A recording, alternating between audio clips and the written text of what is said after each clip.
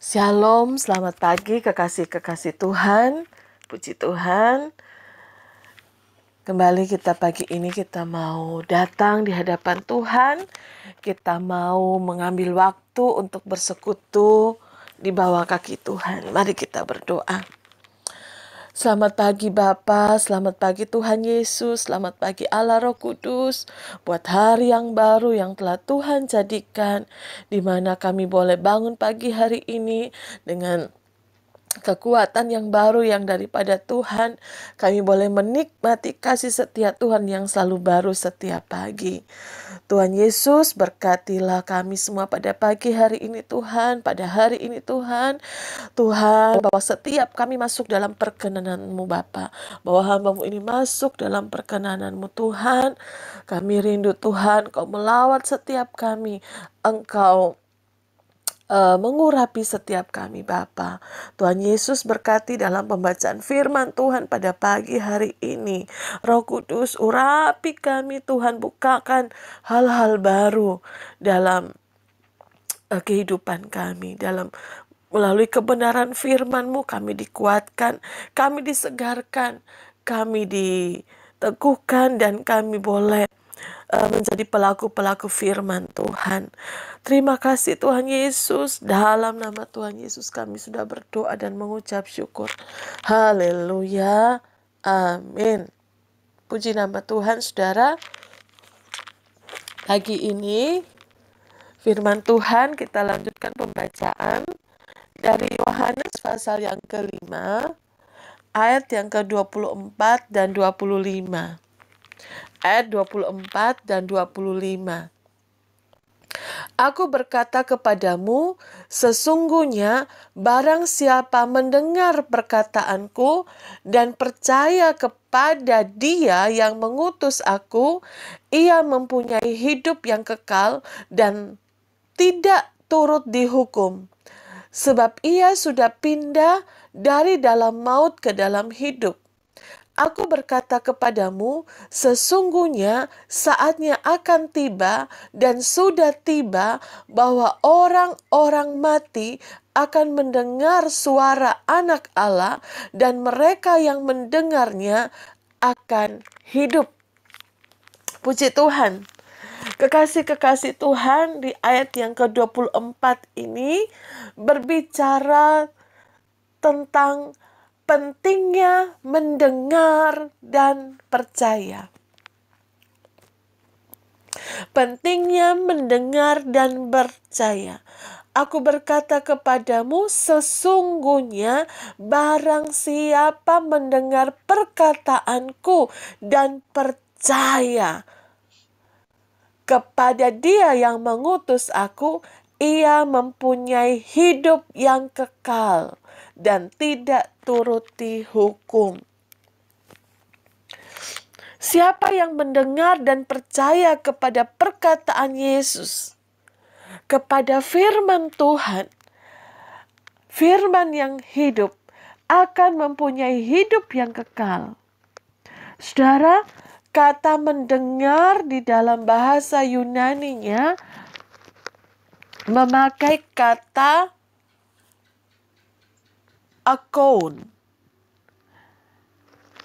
Dan kata percaya memakai kata pisteon. Ini menekankan pada tindakan yang terus-menerus. Tindakan yang berkesinambungan. Dan bukanlah satu saat saja. Tetapi ini tindakan yang terus-menerus.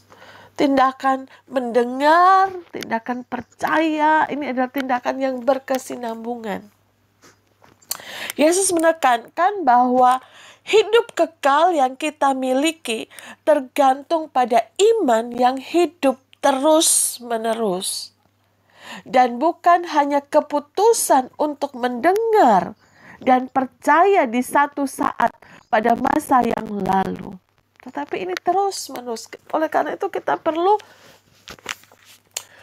mendengar firman Tuhan itu terus-menerus. Karena ini adalah satu yang tindakan yang berkesinambungan. Tindakan mendengar, percaya, adalah bukan hanya keputusan untuk mendengar dan percaya di suatu saat masa yang lalu.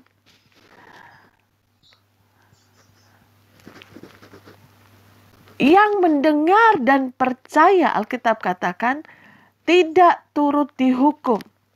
Dihukum di sini menunjuk pada kematian kekal. Maut dan hidup merupakan dua tempat yang sangat berbeda dan nyata. Dan hanya dengan percaya kepada Yesus, seseorang akan berpindah dari maut kepada hidup. Kita lihat di dalam Yohanes pasal yang ketiga, ayat yang ke-14.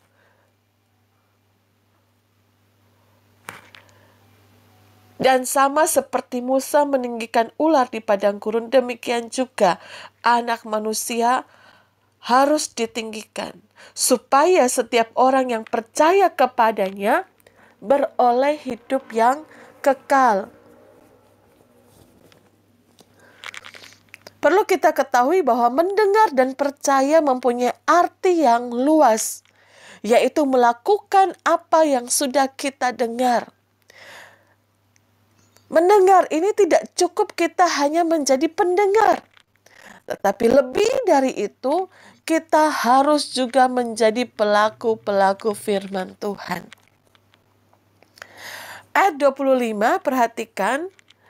Aku berkata kepadamu, sesungguhnya saatnya akan tiba dan sudah tiba bahwa orang-orang mati akan mendengar suara Anak Allah dan mereka yang mendengarnya akan hidup.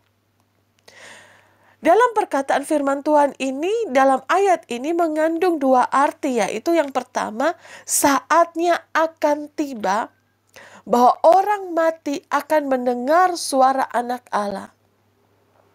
Ini menunjuk pada kedatangan Tuhan Yesus yang kedua kali untuk menjemput orang-orang percaya, di mana orang-orang percaya yang mati akan lebih dahulu bangkit. Kita lihat di dalam 1 Tesalonika, ya. 1 Tesalonika pasalnya yang ke-4,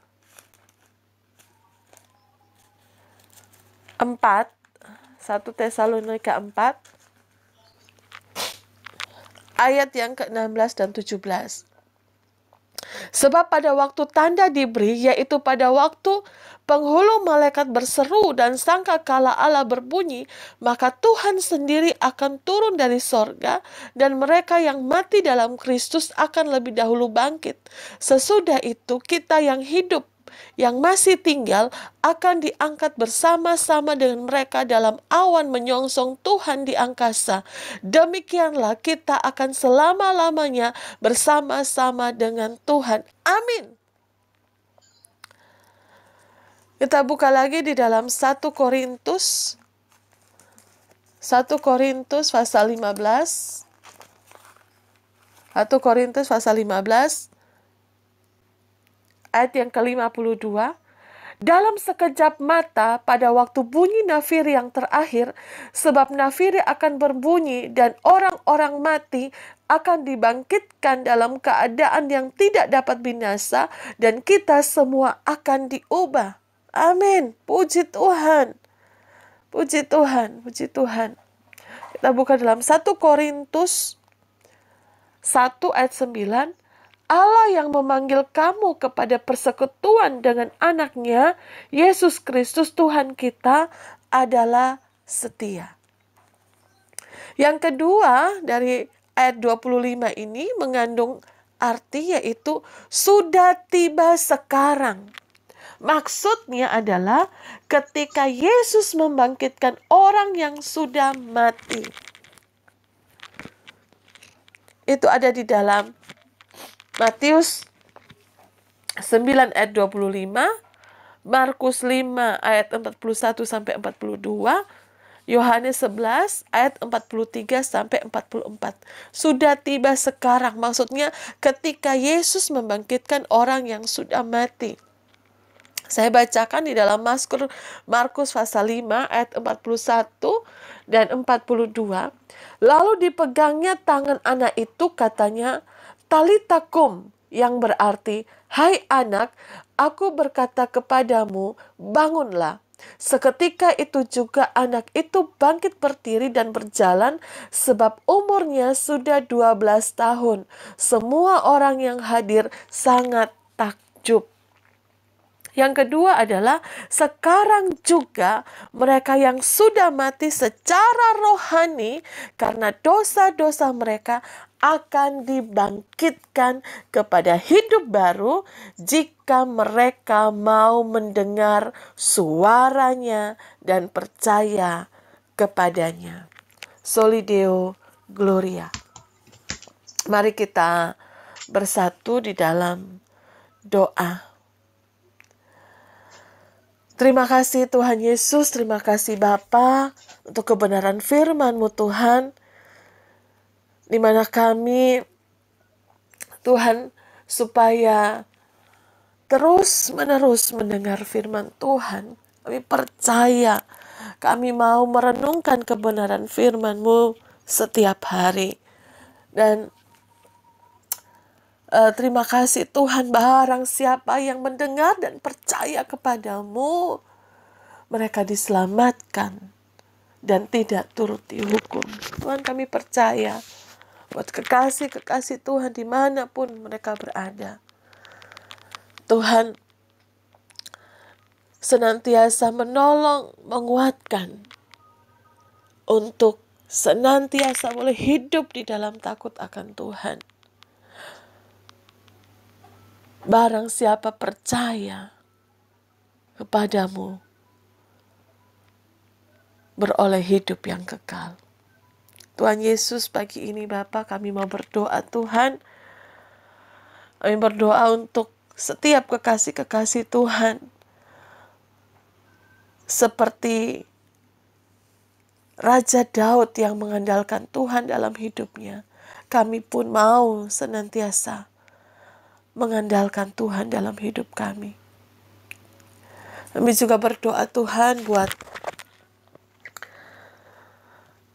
mereka yang saat ini sedang dalam pergumulan, Tuhan membuka jalan. Mereka yang saat ini sedang mengalami rasanya buntu, bingung oleh karena persoalan yang ada. Tuhan, Engkau yang membuka jalan. Kami juga berdoa Tuhan untuk mereka yang studi kuliah, Tuhan memberkati sekolah mereka Tuhan, kuliah mereka Tuhan, dan biarlah mereka boleh meraih apa yang mereka cita-citakan. Tuhan juga buka jalan untuk biaya kuliah, biaya sekolah yang dibutuhkan. Kami juga berdoa Tuhan Yesus buat mereka yang sedang sakit saat ini. Oleh kuasa bilur-bilur-Mu Tuhan, mereka disembuhkan dalam nama Yesus. Kami juga berdoa mereka yang saat ini putus asa, Tuhan berikan pengharapan yang baru. Mereka yang sedang di dalam kesusahan, Tuhan juga memberikan kekuatan untuk dapat menghadapinya dan memperoleh jalan keluar. Yang susah Tuhan, hiburkan dalam nama Yesus. Tuhan juga memberikan kesehatan kepada setiap kami. Di mana saat ini Tuhan, di masa pandemi, kami berdoa Tuhan supaya pandemi ini segera berlalu Tuhan. Dan kami boleh beraktivitas kembali dengan normal. Dan kami juga berdoa Tuhan untuk pemerintahan yang ada. Bapak Presiden Jokowi dan jajarannya Tuhan berkati. Tuhan juga memberkati para gubernur, bupati, kepala daerah Tuhan, sampai kepada RT RW. Tuhan memberkati. Kami juga berdoa Tuhan, di mana di berbagai tempat di Indonesia ini ada bencana.